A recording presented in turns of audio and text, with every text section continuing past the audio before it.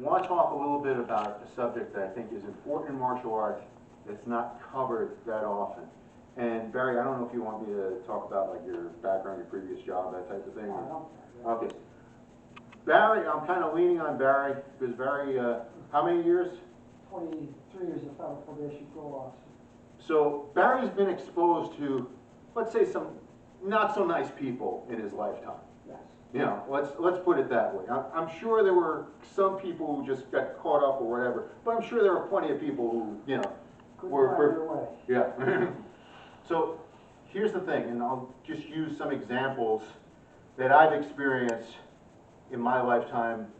You know, before I worked in the job I'm working in now, I used to be a teacher. I worked in some rough schools and that type of thing. One example I'll use is I worked in a school. It was in a rough area of Brooklyn.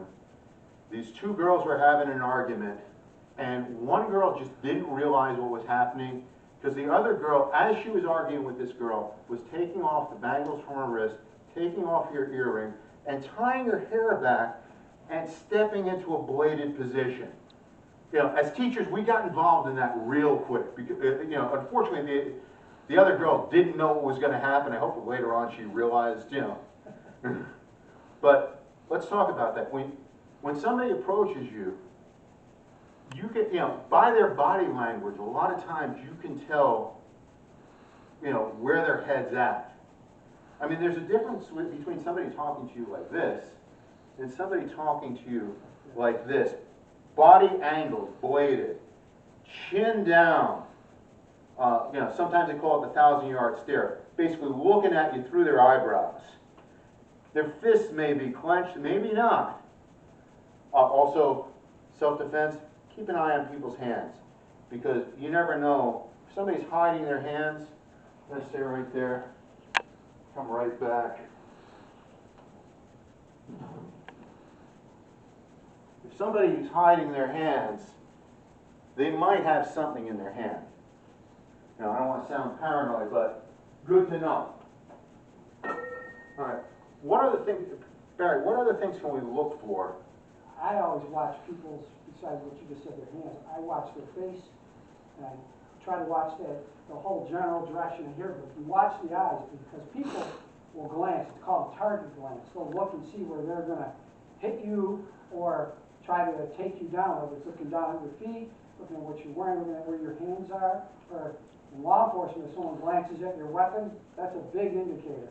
If someone's glancing at your weapon, you better be, your radar better go up. So that's a big thing for me. That's a good point, Barry.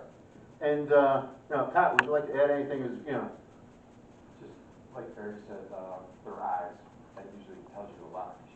The facial expression, what their intent is. Oh yeah. If they're going to come. And if they're nonverbal. Oh yeah. Well, that's another thing. If someone's nonverbal, don't try and talk to somebody that's nonverbal. Yeah.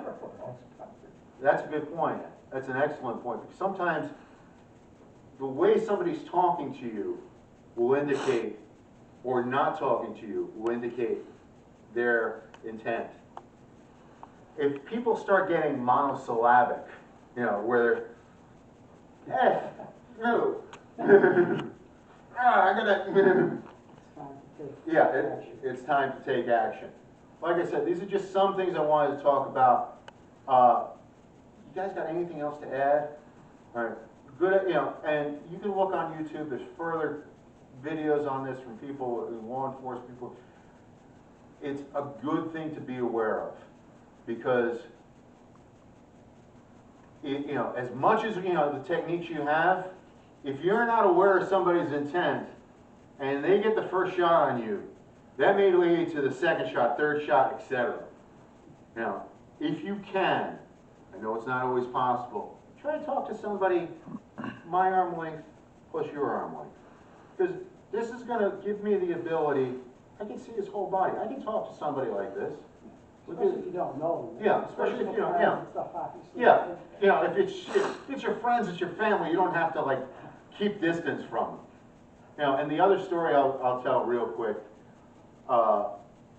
in this is I worked at a school many years ago in the Bronx, and one of the schools on the campus was for emotionally disturbed children.